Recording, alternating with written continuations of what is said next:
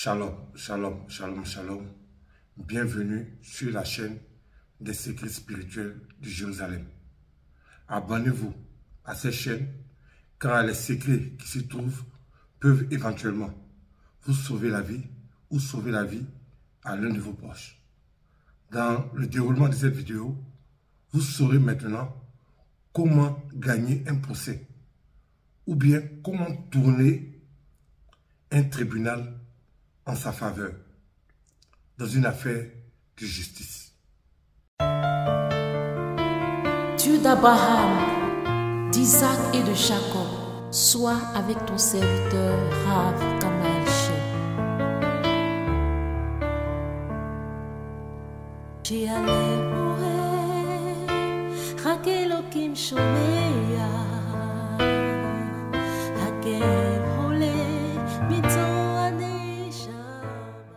Shalom, comme je le disais dans l'introduction de la vidéo, nous verrons dans cette vidéo comment régler les problèmes de justice. Tu peux être confronté à des problèmes de justice de ton fait parce que tu es victime de quelqu'un ou bien quelqu'un peut t'imposer un procès. Il faut aller constater que la plupart des chrétiens perdent leur procès pour diverses raisons. Mais la raison la plus principale qui fait que les chrétiens perdent leur procès, c'est simplement parce qu'ils n'ont pas les ressources spirituelles appropriées. Voilà pourquoi ils perdent leur procès. Voyez-vous, la justice, surtout dans nos pays africains, c'est vrai qu'en Europe c'est pareil. Il n'y a pas de justice réellement parce que la seule justice qui tient est celle de Dieu. Mais surtout en Afrique, il n'y a pas de justice. On se fait exproprier nos terrains. Personne n'en parle. On a des licenciements abusifs. On s'en fout. Tu te fais agresser ou braquer ou escroquer. Si tu n'as pas d'argent, ton affaire n'ira nulle part. Donc nous sommes face à une justice pauvrement corrompue. Je me rappelle une fois un monsieur qui avait été escroqué à propos de l'or qu'il avait commandé. Il avait commandé une très grande quantité d'or et puis il avait fait une avance conséquente. Il savait que malheureusement, ce monsieur chrétien-là s'est fait arnaquer par ces personnes. Donc ils ont pris l'argent et on ne lui a pas remis l'or qu'il avait commandé. Donc tout naturellement, il va porter une plainte dans un poste de police. Les policiers sont saisis de l'affaire. Ils sont chauds. 3 jours plus tard, le commissariat est totalement refroidi. Ceux qui l'ont escroqué sont là. Ils ne sont pas en fuite, ils sont là. Mais aucune action de justice. Le monsieur se lève, il va voir le procureur. Le procureur fait un soit transmis pour que les personnes soient interpellées. Peu de temps plus tard, plus rien. Ni le procureur, ni la police ne veulent réagir. Pourtant, tous constatent que le monsieur a effectivement envoyé un certain montant pour des biens. Il s'est fait arnaquer, mais personne ne réagit.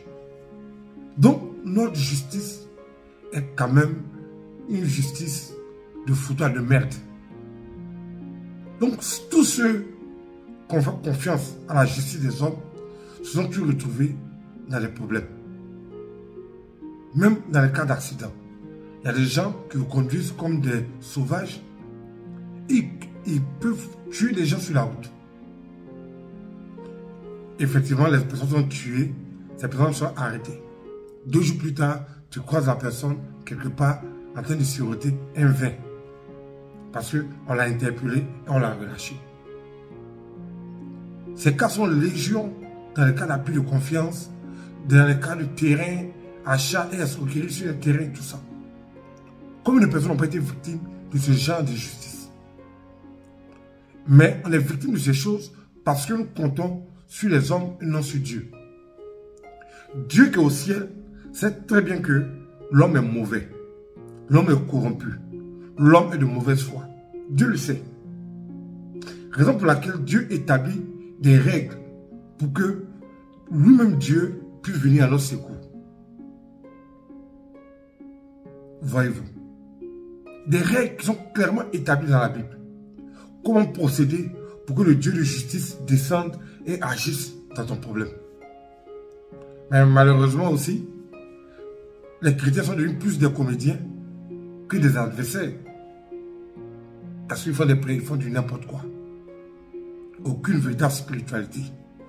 Aucune spiritualité divine, rien. Aujourd'hui, devenir chrétien est devenu comme appartenir à un club de football. C'est-à-dire qu'on ne fait que prôner des valeurs morales. Oui, quand on est chrétien, on ne vole pas, on ne fait pas ceci, on ne fait pas cela. Comme si c'est cela l'essence de la chrétienté. L'essence de la chrétienté, c'est que nous puissions bénéficier des pouvoirs de Dieu. Voilà pourquoi nous sommes chrétiens. On n'est pas chrétien pour aller danser à l'église. On n'est pas chrétien pour regarder les seins des femmes. On n'est pas chrétien pour prophétiser sur les fesses des femmes pour dire qu'elles sont jolies. On n'est pas chrétien pour inventer des prophéties de mariage. On est chrétien pour participer à la puissance de Dieu sur terre. Voilà pourquoi on est chrétien. Donc dans cette vidéo, je vais vous montrer comment tourner la justice en sa faveur. Comment faire de sorte que tu ne sois pas victime d'injustice. Parce que nous avons été tous victimes d'injustice. Avant-hier, il y a des jeunes gens qui ont dépensé près de 400 millions pour l'achat de véhicules. Près de 400 millions. Les auteurs sont connus. Les auteurs de cette escroquerie sont identifiés. Mais personne ne lève le petit doigt. Parce que nous sommes sur terre. Et si tu as confiance à un homme pour bâtir ta vie, tu vas le regretter gravement. La seule personne qui peut bâtir ta vie de manière fiable et sûre, c'est l'Éternel Dieu des armées. Voici la méthode pour gagner n'importe quel procès. Pourvu que tu aies raison. Si tu as raison, cette méthode-là te permettra de gagner n'importe quel procès. La première chose dans cette méthode, il va falloir que tu arrives à influencer ton adversaire. Ton adversaire peut être une partie prenante quelconque, ou bien ton adversaire peut être le procureur qui t'accuse d'un crime.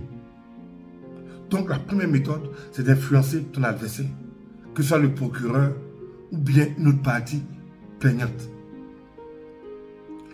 La deuxième partie, il faut que tu influences le juge. C'est que tu dois influencer d'abord ton adversaire. Tu dois influencer le juge parce que c'est lui qui rend la décision.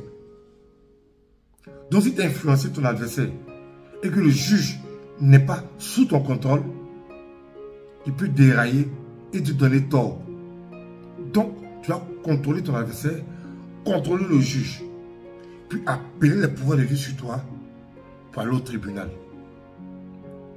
Si tu respectes ces trois étapes-là, assurément, la victoire sera pour toi. Contrôler l'adversaire, contrôler le juge, puis faire descendre le pouvoir de Dieu sur soi. Et je vais vous montrer comment. D'abord, pour influencer l'adversaire, il faut mettre la confusion dans le camp de l'adversaire. Parce que tu vas exposer une situation et l'adversaire va exposer aussi une autre situation. Donc, il va falloir que tu mets la confusion dans le camp. C'est ce qu'on appelle chez les Juifs la confusion des idées. C'est-à-dire qu'il va parler, tu vas raconter n'importe quoi de manière incohérente. De sorte que tous ceux qui sont là même, avant que le juge ne parle, vont dire que tu as raison. C'est-à-dire que la confusion viendra dans son esprit, de sorte qu'il ne pourra pas développer le problème de manière logique, de manière cohérente. Il va divaguer. Il va raconter n'importe quoi. Souvent même, il veut commencer à parler même, il ne peut pas parler. Donc, pour faire cela, pour créer la confusion dans le cœur de l'adversaire, pour qu'il ne puisse pas s'exprimer, ou bien s'exprimer correctement, il y a une manière de procéder. Pour le faire, tu vas utiliser le psaume 109. Au lever du soleil, 3 fois. C'est-à-dire que tu prends le psaume 109, tu le lis intégralement. une fois, 2 fois, 3 fois. Et ensuite, il y a une huile d'onction qu'on appelle damnation. L'huile d'onction damnation. Tu prends cette huile-là, après avoir lu 3 fois le psaume, tu mets l'huile un peu dans tes mains, tu frottes et tu passes sur ton visage. L'huile. Et tu fais ça au moins 1 à 2 semaines avant le procès. Quand tu viens de faire ça, tu vas mettre la confusion. Ton adversaire, là, il ne pourra pas s'exprimer au tribunal. Il va bégayer. Il sera incohérent. Il sera illogique. Il va perdre le sens des réalités. Parce que tu as envoyé vers lui la confusion des idées. Ça, c'est comment gérer ton adversaire. Maintenant, comment tu vas gérer le juge? Pour gérer le juge, il faut avoir la sympathie du juge. Il faut que le juge puisse t'apprécier. Il faut que le juge puisse apprécier tes vibrations. Il faudrait que le juge ait compassion de toi. Il faudrait que le juge se sente en fusion, mais de manière fusionnelle avec toi. Et pour cela, pas besoin de s'emmerder. Tu vas utiliser le psaume 23 au coucher avec l'huile d'onction à Raël. L'huile d'onction, attraction à Raël. C'est une huile d'onction qui fait que tu te sens aimé et apprécié partout où tu passes. Donc, utiliser avec le psaume 23, c'est pour incliner le cœur d'un juge en ta faveur. Donc, voilà comment utiliser ou contrôler le juge, ou bien avoir la faveur du juge. Voilà comment procéder. D'abord, tu mets la confusion dans le camp de l'ennemi. Ensuite, tu attires la sympathie et la faveur du juge. Et en dernier lieu, il faut que toi-même là, tu sois prêt. Et pour être prêt, pas besoin de chercher loin. Tu vas prendre 2 huiles pour te frotter avec avant le procès. L'huile d'onction bien nettoyant et l'huile d'onction aimant angélique. Tu vas utiliser ça 2 semaines aussi, 1 à 2 semaines avant le procès. Si tu fais ça, tu es prêt.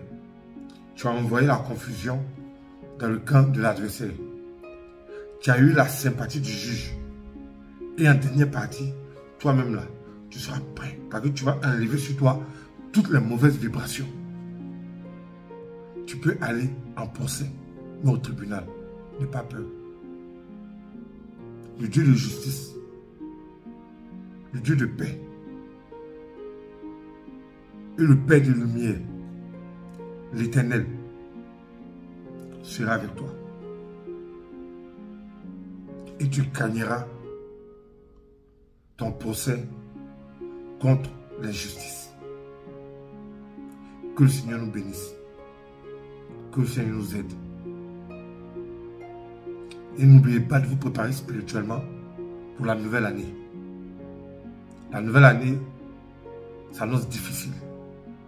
La fin de l'année même, il y aura encore beaucoup de morts, beaucoup de tragédies. N'oublie pas de prendre soin de toi. En réalité, l'homme n'a pas de problème. C'est l'homme lui-même qui se crée des problèmes. Que Dieu nous bénisse. Shalom.